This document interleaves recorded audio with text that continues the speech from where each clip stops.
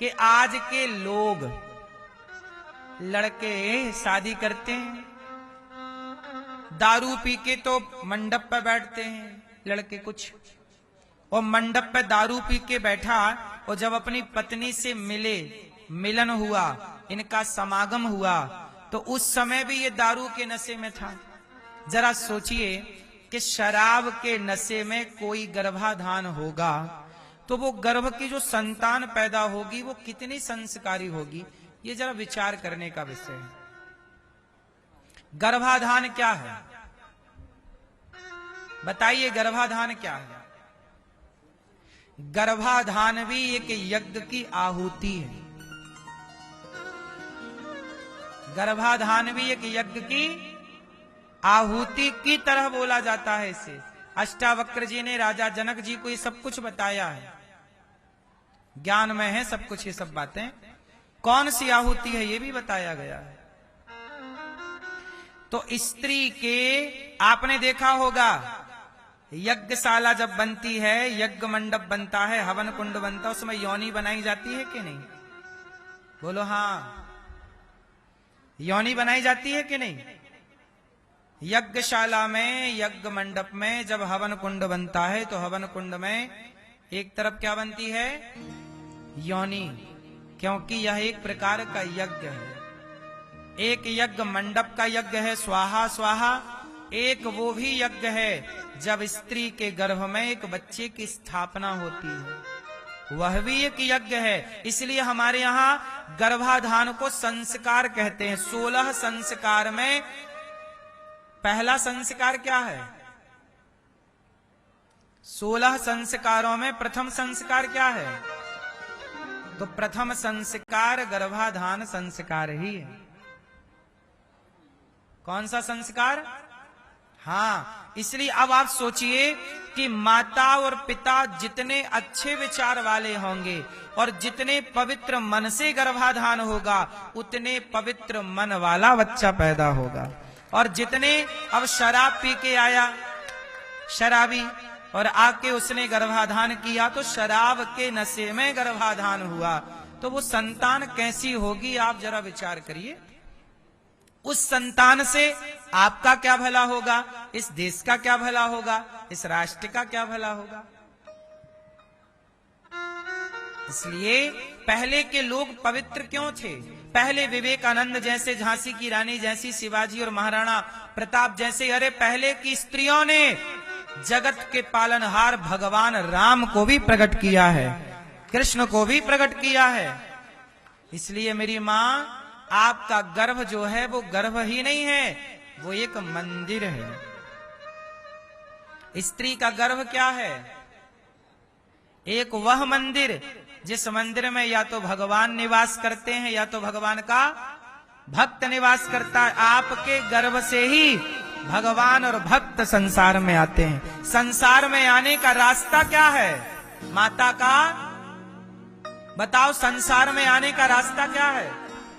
कोई भी संसार में आएगा तो माता के गर्भ से ही होकर आना पड़ेगा। तो बताइए वो आने का रास्ता क्या है? वो मंदिर है या नहीं?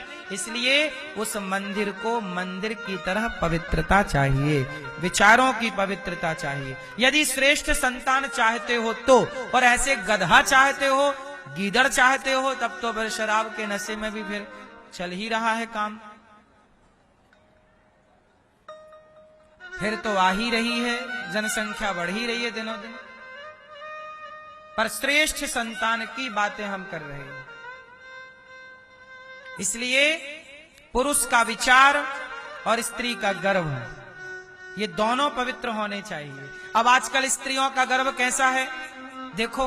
कुछ स्त्रियां क्या करती हैं, विवाह के पहले किसी पुरुष के संग रहने लग जाती हैं। विवाह के पहले उस पुरुष को छोड़ा, उस पुरुष लिव इन जिसे कहते हैं। अभी एक लड़की का आपने हाल में ही वाक्या सुना, वीडियो वायरल हो रहा है कि वो लड़की अपने बॉयफ्रेंड के साथ लिव इन में रहना चाहती है।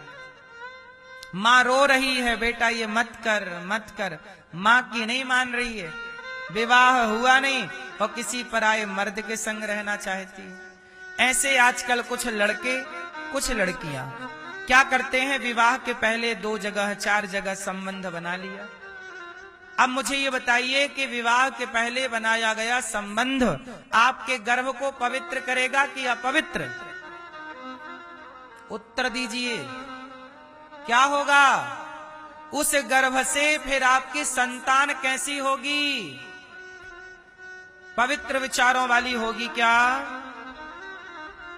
फिर इसलिए कहते हैं कि स्त्री अपने को पवित्र रखे, पुरुष अपने को पवित्र रखे, और जब 2 पति पत्नी पवित्र आत्माओं का जब मिलन होगा, जब पवित्र आत्माओं का मिलन होगा, तब पवित्र आत्मा, कोई संत, कोई साधु, कोई अच्छे महापुरुष धरती पे आते हैं। आपके गर्भ से कोई भक्त आ सकता है, लेकिन भक्त भी, अच्छा बताओ, तुलसीदास जी को आना था इस संसार में, किसको चुना?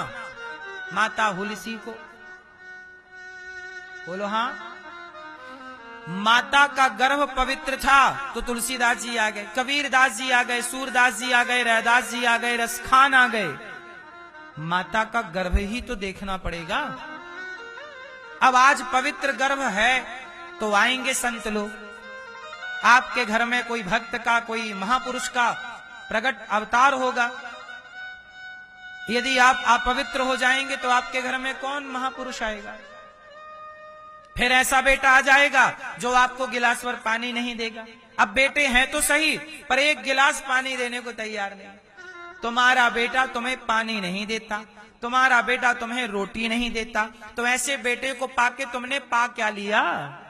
इससे तो तुमने धरती का भार और बढ़ा दिया, ऐसे गधों को पैदा करके। बोलो, जो अपने माँ बाप की सेवा ना करे वो धरती का भार है या नहीं? बोझ है या नहीं? जोर से।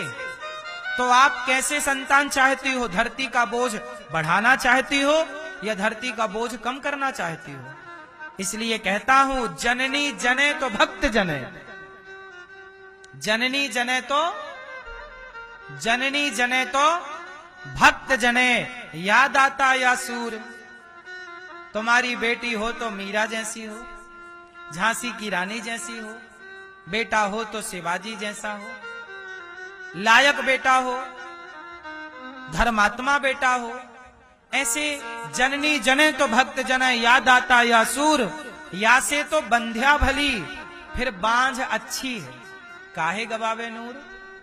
इतना कष्ट पाया तुमने, पेट फड़वाया, लेकिन आपका बेटा आपको ही पानी नहीं देता, रोटी नहीं देता, तो ऐसे बेटे को पाकर आपने केवल दर्द ही पाया है। और क्या पाया? और क्या पा लिया बताओ?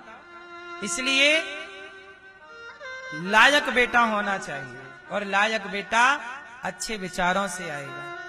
इसलिए स्त्री का गर्भ और पुरुष का विचार दोनों पवित्र होने चाहिए। पुरुष भी विवाह के पहले किसी स्त्री से संबंध बनाता है तो उसकी संतान श्रेष्ठ नहीं होगी। हमारे सनातन में विवाह के पहले किसी से संबंध बनाने की इजाजत है या नहीं? सवाल आप सबसे। मैया बोलो, इजाजत है? बोलो, है कि नहीं? नहीं। इसलिए अब ये पवित्रताएं नष्ट हो गई।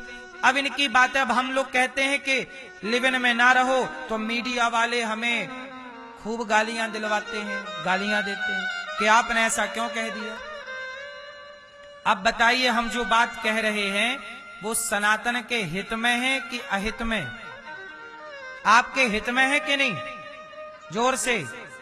पर मीडिया इसमें ऑब्जेक्शन लेती, आपने ऐसा क्यों कहा, लिव-इन में रहने का आपने मना क्यों किया?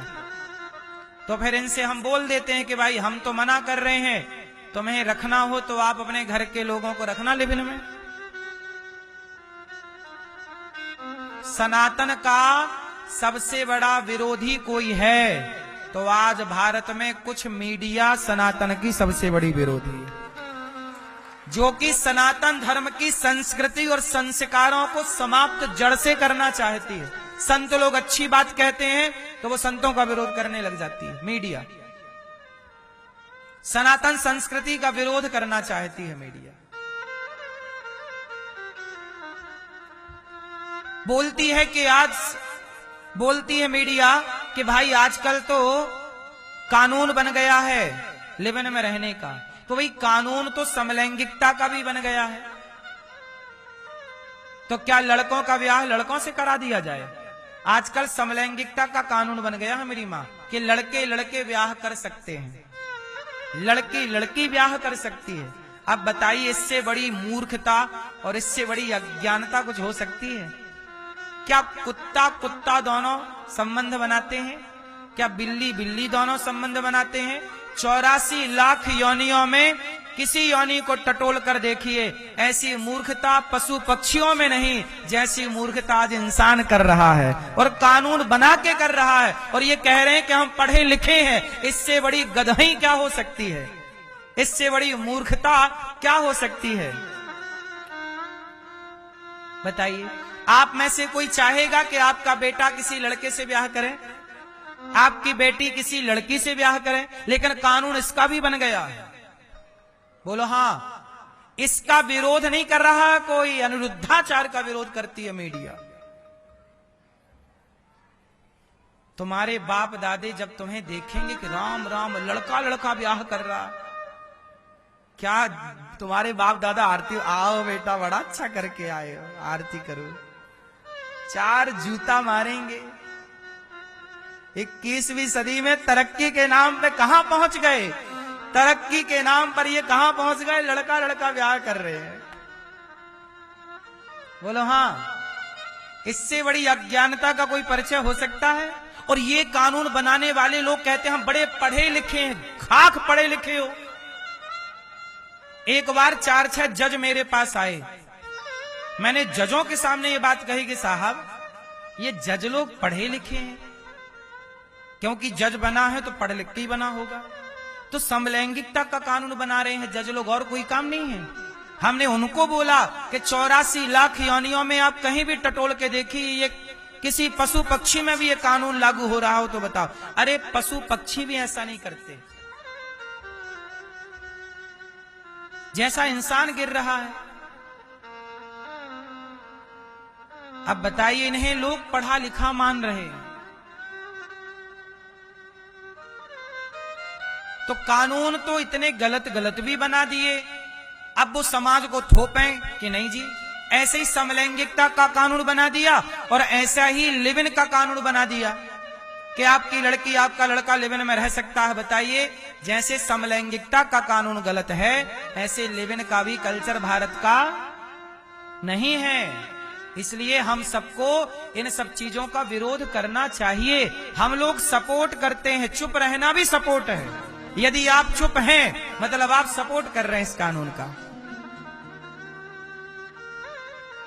इसलिए आज लोग पढ़ने लिखने के नाम पे कुछ भी किए जा रहे हैं। सनातन का विरोध कौन कर रहा है? ये मीडिया, कुछ लोग बैठे हैं सनातन के दुश्मन हैं, लेकिन बोले कौन? सबको डर लगता है।